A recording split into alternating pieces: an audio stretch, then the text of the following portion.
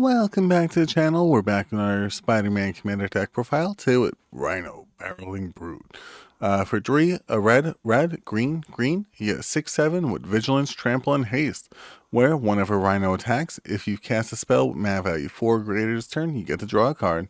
So we have plenty of ways to make sure we have spells that we cast for 4 mana or more without having to actually pay 4 mana or 4.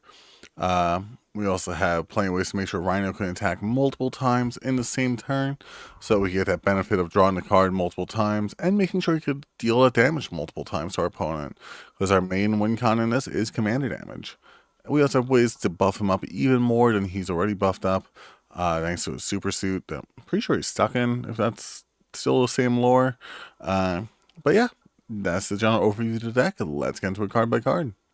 Starting us off, we have Mithril Coat, Flash Indestructible to make so Rhino can stay on the battlefield. We want him to attack in as many times as possible, so make him indestructible. Make sure that we could do that just a few more times than the ones. Soul Ring allows us a little bit of additional mana.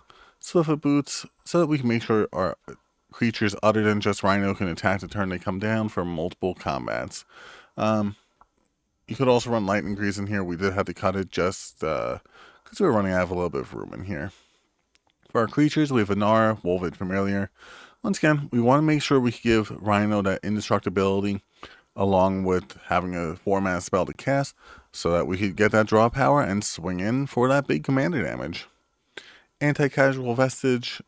It's a 6-mana spell that we can get out for 4 mana, allowing us to get that 4 mana or greater spell onto the battlefield for just a little bit cheaper.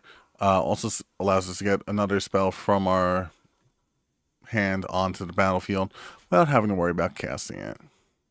Apex Devastator, Cascade, allowing us a 10/10 for 10 mana. It's 10 mana, but it allows us to get multiple things off the top of our deck as well, which is super helpful because that allows us to cast more than just one thing with 4 mana or greater for each turn. Potentially, at least. You could also just get a Birds of Paradise, then Delighted Halfling, then an Elvish Mystic, and then your Swiftfoot Boots for your 4 Cascades. It's a risky run, though. Ashroot Animus, another 4-mana spell with Trample for a 4/4. Whenever this creature attacks, another target creature you control gets Trample and +X/+X, where X is this creature's power. If we have a way to double this creature's power and toughness, that's +8/+8 onto Rhino for 14, 15, but could it be a 20? Nope, that would be a 12 plus the 8. That's only 20, so you don't have enough for commander damage, but still, good amount of damage there for you. Following that up, we have Beast Whisperer. We're casting a lot of spells. This is a 4-mana spell itself, allowing us that draw power so that we can keep drawing off of things other than just Rhino. We have our Birds of Paradise. We want to make sure we have as much mana as possible to cast our spells, so we have some mana dorks to make sure we can do just that. Combat Celebrant allows us to set extra combat each turn if we are to exert it. Well, every other turn in this specific example, allowing us that additional draw power for each time that Rhino attacks, since we'll be trying to attack with him more than just the once. Delighted Halfling for another mana dork, making so that Rhino can't be countered the turn we cast it as well. Elvish Mystic for a little bit more mana there. Tali, Primal Conqueror, super fun commander, super fun for his deck. Whenever he enters the battlefield, each player exiles a card from the top of their library until they exile a non-land card. You cast any number of spells without paying their mana value, so that's potentially some more 4-mana spells that you're casting from your top of your opponent's deck without paying their mana value, giving you that draw power off of Rhino. You also transform him into an 11/11 Trample Indestructible, which, swinging in with that multiple times, will tend to have enough damage to beat your opponent with. Also, he has Infect, basically. Atali Primal Storm, giving you more spells that you can cast for free without having to worry about that 4 mana that you have to spend to normally cast him for Rhino's ability. Fanatic of Ronus, we're going to have something with power 4 greater in this deck on the battlefield. Normally Rhino, potentially something else, but getting 4 mana off of just doing what we normally want to do allows us 4 mana to cast the stuff we want to cast. Fiddlehorn Elves for another mana dork here for us. Grand Elsdragon for 2 red and a green, that's 4 mana. Whenever a creature you control becomes blocked, it gets +3/+3 until end of turn for each creature blocking it. This way, if they actually want to be able to beat up Rhino, they're going to have to take some more damage off of it when Rhino attacks for that damage. Galta, Primal Hunger, another creature we get on the battlefield for cheaper than the 4 mana, while still casting something that costs 4 mana or more. Goblin and Necromancer, some more cost reduction to get those 4 mana spells for a little bit less than 4 mana. Gorkalaw, Terra Calcisma, for Drain a Green, creature spells with power 4 greater cost 2 less to cast. Most things that are mana value 4 greater have power 4 greater. So, another way to cast stuff with mana value 4 greater for cheaper than that 4 mana. Halana and Elena partners, first strike, reach. At the beginning of combat on your turn, put X+1/+1 counters on another target creature you control, where X is this creature's power. So it's potentially a lot of counters there onto Rhino so that Rhino can attack for even more damage than just the 6 while he's trampling over. Karlach, Fury of Avernus, another creature that allows us additional combat phases while giving us something to cast for 4 more mana. This way we could get those extra combat phases, getting additional draw power with Rhino, trampling over for a lot of damage. Kogalan Yudaro, another creature that fights our opponent's stuff in order to make sure we get rid of their stuff. Llanowar Elves for another mana dork there. Mightform Harmonizer. Like I said, main way we're trying to win with this deck is by swinging with Rhino and dealing a lot of damage. This gives us, whenever a land you control enters, double target creature's power until end of turn. So that makes Rhino to a 12/12. If we have an Evolving Wilds and fetch a land the same turn, that's a 24/24. If our opponent doesn't have anything to block with, that's enough damage to win. Morag, Fury of Akum. Each creature you control gets +1/+0 for each time it attacked this turn. So, with all the extra combat spells we're getting, all the additional power we're getting on Rhino, means even more cards that we can draw. Oron, Frostfang, attacking creatures you control at Death Touch. We just want to put more keywords there onto Rhino. This way we can make sure that when he has a trample plus the Death Touch, we're able to deal the 1 damage to the creature, then the rest tramples over to our opponent's life total, meaning we get to draw more cards. Ruby, Daring Tracker, another creature with haste for mana dork. We're going to have something with power 4 greater, so this way she'll actually have some stat line later in the game as well.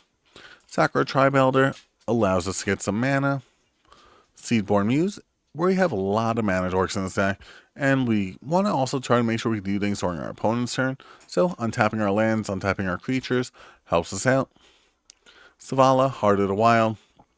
We tend to have the most powerful creature entering the battlefield, so as long as we keep having more and more powerful stuff enter the battlefield, that helps us out even more, giving us more draw power, more mana that we can cast with. Toski, Bearer of Secrets, 4 mana spell that we want to see attack because it draws us more cards, which means more 4 mana spells, which means more draw power, which means more 4 mana spells. Trumpeting Carnosaur, 4 and 2 red for 7/6, enters, discover 5, meaning that you basically get to cascade for 5. Allows you to use something extra off the top of your deck without having to pay the 4 mana or more to cast it. Vigor for another creature with trample for that 6 mana, giving us so that Rhino can't be blocked without dying. Xenagos, God of Revels. At the beginning of combat on your turn, another target creature you control gets haste and +X/+X until end of turn, where X is that creature's power. Once again, we want Rhino to deal a lot of damage to our opponent, so let's double his power and toughness. Zopandrel, Hunger Dominus, another way to double the power and toughness. Also, you could make him indestructible himself. But, so, between Zopandrel, Xenagos, and there was another one we said just like a few minutes ago. Mightform Harmonizer, that's already 8 times Rhino's base power and toughness. So that's a 48/48 we're swinging on our opponents with, which we can do multiple times a turn if we keep things around. Like Aggravated Assault, allowing us to spend 5 mana in order to get an additional combat phase as many times as we want a turn. Does have to be activated sorcery speed, so fortunately doesn't work too well for these new firebending decks coming out, but works well for this one. Garruk's Uprising, most of our strong stuff already has trample, but this allows us to draw power plus a trample for those that don't. Raised by Giants, commanders, you have base power toughness 10/10, so if we're already having a Rhino get double, we may as well have it be 80/80 rather than a 48/48. Or no, it wouldn't be. Yeah, it'd be 80 instead of 48/48. Yep. Rid of the Wild, another way to give our creatures that additional power and toughness if they need it, or haste depending on what they need. Also makes it so our stuff can't be trampled. Not trampled, countered. And on to the second half of the deck. There we go. We have Instants, we have Beast Within for some removal, Chaos War for some removal, Defender Rider for some protection, Gaia's Gift for some protection, Great Train Heist for some more combat spells, so we can get more draw power. Heroic Intervention for some protection, Return of the Wild Speaker for some even more draw power, Tamio's Safekeeping for even more protection for Rhino, so we could swing in without having to worry about, losing Rhino for those additional combats. Temur Battle Rage, give Rhino double strike. He already has trample, so we like to see it. Tyvar Stand, another way for protection. Withstand Death. Target creature gains indestructible to end the turn. What's that? Even more protection for Rhino. That's right. And Worldly Tutor for searching out our best things from our deck so that we get them right on top and draw them in the very next turn. For our sorceries, Blasphemous Act for a board wipe. Chandra's Ignition. There's going to be a certain point where, like I said, we can make Rhino into an 80-80. And then you have target creature control deals damage equal to its power to each other creature and each opponent, allowing us to potentially win the game right then and there. Cultivate for some mana, Farseek for some mana, Nature's Lore for some mana, Rampant Growth for some mana, Rishkar's Expertise, potentially drawing 80 cards and decking yourself out, all to get a 5-mana spell for free. Could be fun. Dream Visits for some more mana, Traverse the Outlands. Like I said, we could have a Rhino starts off as a 6-7. So just getting 6 basic lands from your deck, that's worth it already. Getting even more when we double his power and toughness, even better. And World at War for some additional combat phases.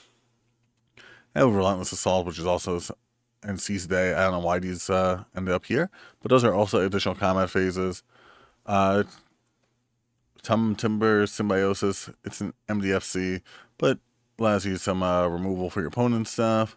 And Ogier Custom, another way to get some free stuff off the top of our deck, other than paying the mana cost for it. It doesn't cast it for that one, but still, fun ability.